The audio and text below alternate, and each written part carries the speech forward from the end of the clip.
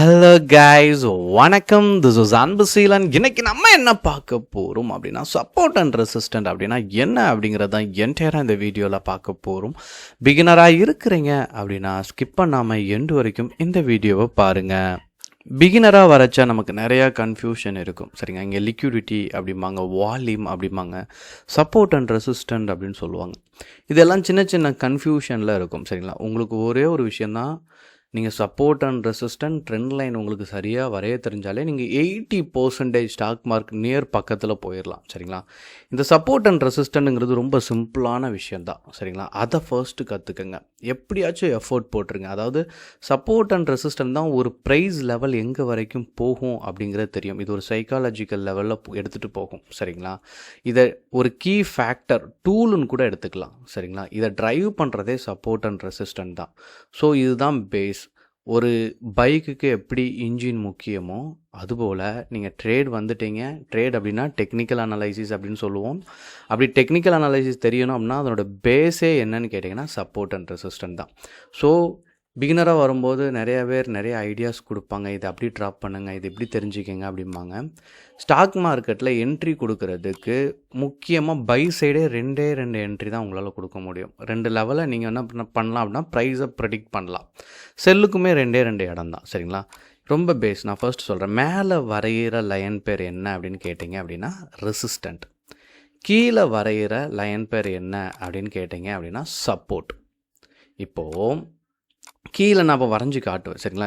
இந்த சார்ட்லேயே நான் உங்களுக்கு வரைஞ்சி காட்டுறேன். இப்போ கீழே வரைகிற லைன் பேர் உங்களுக்கு நல்லாவே தெரியும், சப்போர்ட் அப்படின்னு தெரியும். மேலே இருக்க லைன் பேர் ரெசிஸ்டன்ட். இங்கே நிறைய டேர்ம்ஸ் யூஸ் பண்ணுவாங்க. நீங்கள் இனிஷியலாக வர்றதுனால கொஞ்சம் குழப்பமாக இருக்கும். போக போக உங்களுக்கு அந்த ஐடியா கிடச்சிரும், சரிங்களா. இப்போது சப்போர்ட்லேருந்து மார்க்கெட் ரெசிஸ்டண்ட்டை நோக்கி போகுது அப்படின்னா நீங்கள் பை பண்ணலாம். அதே மாதிரி ரெசிஸ்டண்ட்டை ரீச் ஆகிடுச்சு, சப்போர்ட்டை நோக்கி வருது அப்படின்னா நீங்கள் செல் பண்ணலாம். செல் பண்ணோம் அப்படிங்கிற கன்ஃபியூஷன் வரும். நமக்கு பை தெரியும், 100 ரூபாயில் பை பண்ணுவோம், 110 போச்சுன்னா நம்ம என்ன பண்ணுவோம் அப்படின்னா ப்ராஃபிட் அடைவோம் அப்படின்னு தோணும். ஆனால் கீழே இறங்கும்போது ஒரு கேம் மாதிரி இருக்குது, சரிங்களா. அதனால் செல்லிங் அப்படின்னு சொல்லுவோம். அதாவது ஸ்டாக்கில் செல்லிங்னா ஆப்ஷன் செல்லிங்னு ஒன்று உண்டு, அது கான்செப்ட் வேறு.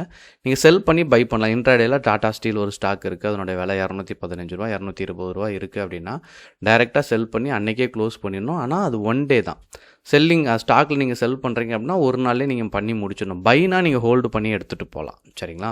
அப்போது இது ஒரு இடம், பைக்கு ஒரு இடம், செல்லுக்கு ஒரு இடம் கிடச்சிருச்சு, ஓகேங்களா. இப்போது இந்த லைனை பிரேக் பண்ணிச்சுன்னு வைங்களேன், ரெசிஸ்டண்ட்டை பிரேக் பண்ணிச்சு, இந்த லைனை பிரேக் பண்ணிச்சு அப்படின்னா நீங்கள் என்ன பண்ணலாம், என்ட்ரி கொடுக்கலாம், சரிங்களா. பை சைடு என்ட்ரி கொடுக்கலாம். அப்போ பைக் இங்கே ஒன்று இருக்குது, இங்கே ஒன்று இருக்குது. சப்போர்ட்லேருந்து ரெசிஸ்டண்ட்டை நோக்கி போனால் பை பண்ணலாம்.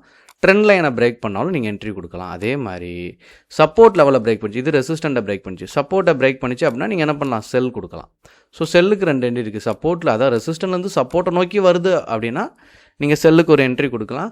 ட்ரெண்ட் லைன் சப்போர்ட் லெவலில் பிரேக் பண்ணிச்சு அப்படின்னா என்ட்ரி கொடுக்கலாம், சரிங்களா.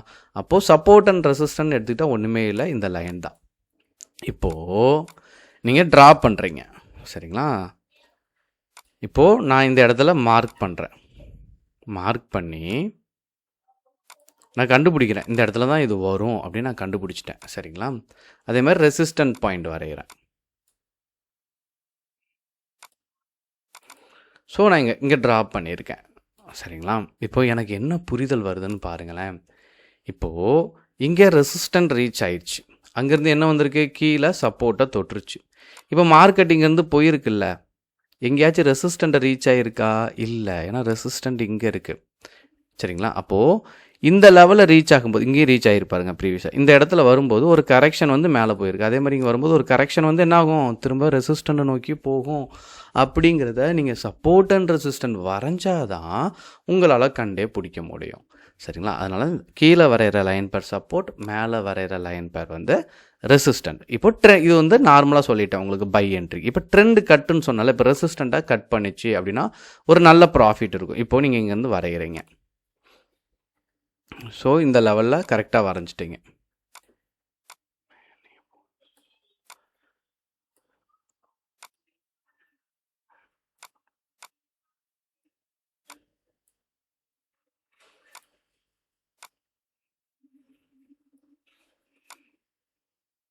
ஓகே, இப்போ நீங்கள் எப்படி வரைஞ்சாலுமே இந்த லைன் பேர் சப்போர்ட் தான்.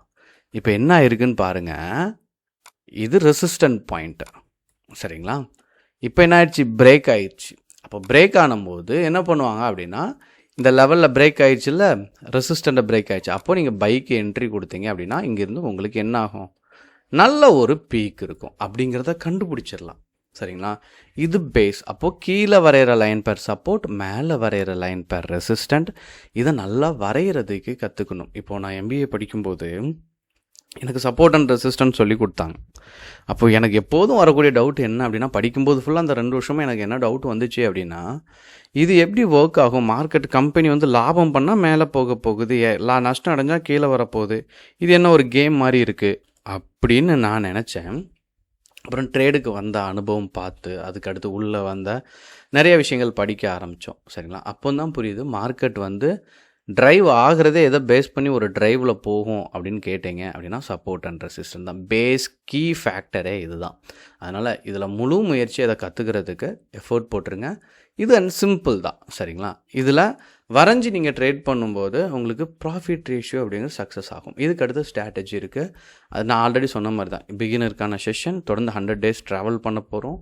ஸோ வீடியோ பார்க்குற எல்லோரும் லைக் பண்ண மறந்துடாதீங்க, தொடர்ந்து சேனலை ஃபாலோ பண்ணுங்கள் ஓகேங்களா.